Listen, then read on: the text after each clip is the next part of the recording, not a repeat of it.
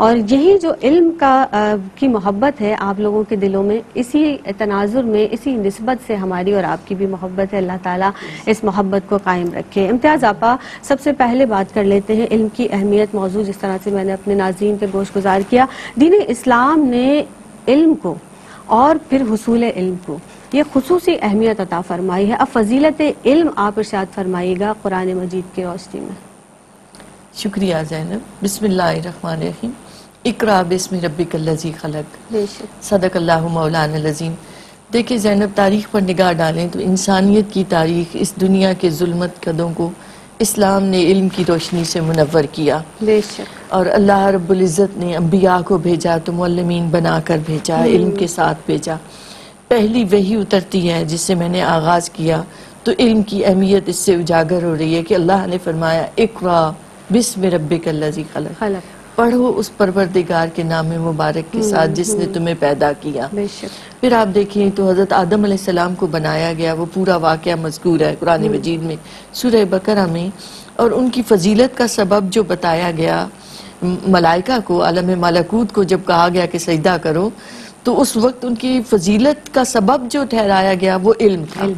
اللہ رب العزت نے ارشاد فرمایا وَعَلَّمَ آدَمَ الْأَسْمَاءَ كُلَّهَا ثُمَّ عَرَضَهُمْ عَلَى الْمَلَائِكَةِ کہ اس کے بعد پھر انہیں پیش کیا کہ اسماء کا علم الاسماء انہیں عطا کیا. اور اس کے بعد پھر مسجود الملائکہ ٹھہرے وہ ابو البشر حضرت آدم علیہ السلام. پھر آپ دیکھیں تو اللہ رب العزت نے سورہ رحمان میں فرمایا الرحمن علم القرآن کہ اللہ نے اس رحمان نے اس رحیم نے تمہیں قرآن کا علم عطا فرمایا، قرآن سکھایا. تو ہمیں یہ یاد رکھنا چاہیے کہ دیکھیں علم کا اصل سرچشمہ وہ ذات بابرکات اللہ کی ذات ہے. گویا علم کا مقصد بھی یہ ہے کہ ہمارا قلب منور ہو جائے، اس کی معرفت سے ہمیں اللہ کی پہچان عطا ہو جائے. اور علم وہ ہے جو ہماری سیرت اور ہمارے کردار کو بنا ڈالے. صرف یہ نہیں کہ ہم نے کچھ لفظ سیکھنے ہیں، ہم نے کچھ انفارمیشن لینی ہے، نہیں، بلکہ علم اصل میں وہ ہے کہ جو انسان کو بنائے، اس کی سیرت کو، اس کے کردار کو، اسے معرفت الہیہ عطا کرے، اس کے باطن کو، اس کے قلب کو منور کرے. پھر آپ دیکھیں تو انسان جب جستجو کرتا ہے، تحقیق کرتا ہے، تو ہر چیز کی حقیقت تک جب پہنچنے کی کوشش کرے تو اس سے پتہ چلتا ہے کہ ہر چیز کی حقیقت اسی اللہ کی طرف اس کی رہنمائی کر رہی ہے. اور ہم دیکھیں تو دنیا میں ہم تحقیق کا لفظ استعمال کرتے ہیں اور اس کی علم کے لیے کتنی اہمیت ہے. پھر آپ دیکھیں تو اس کے لیے لفظ کیا استعمال ہوتے ہیں، غور و فکر، تفکر، تدبر، عقل، شعور، بصیرت، فراست. اللہ رب العزت نے یہ سارے الفاظ استعمال کیے، گویا تحقیق کی طرف انسان کو اس رخ پر ڈالا. تدبر کی بات آتی ہے تو قرآن مجید میں آتا ہے افلا یتدبرون القرآن، کیوں نہیں غور و فکر کرتے ہو، کیوں نہیں تدبر سے کام لیتے. عقل کی بات آتی ہے افلا تعقلون، کیا وہ عقل سے کام نہیں لیتے. شعور کی بات آتی ہے وما یشعرون، کہ انہیں شعور نہیں ہے، جو اللہ سے دور ہیں، جو دین سے دور ہیں. پھر بصیرت کی بات آتی ہے کہ بصیرت انسان کو عطا کرتی ہے، حقیقت تک رسائی کا جذبہ بھی اور پہنچا بھی دیتی ہے، تو فرمایا افلا تبصرون.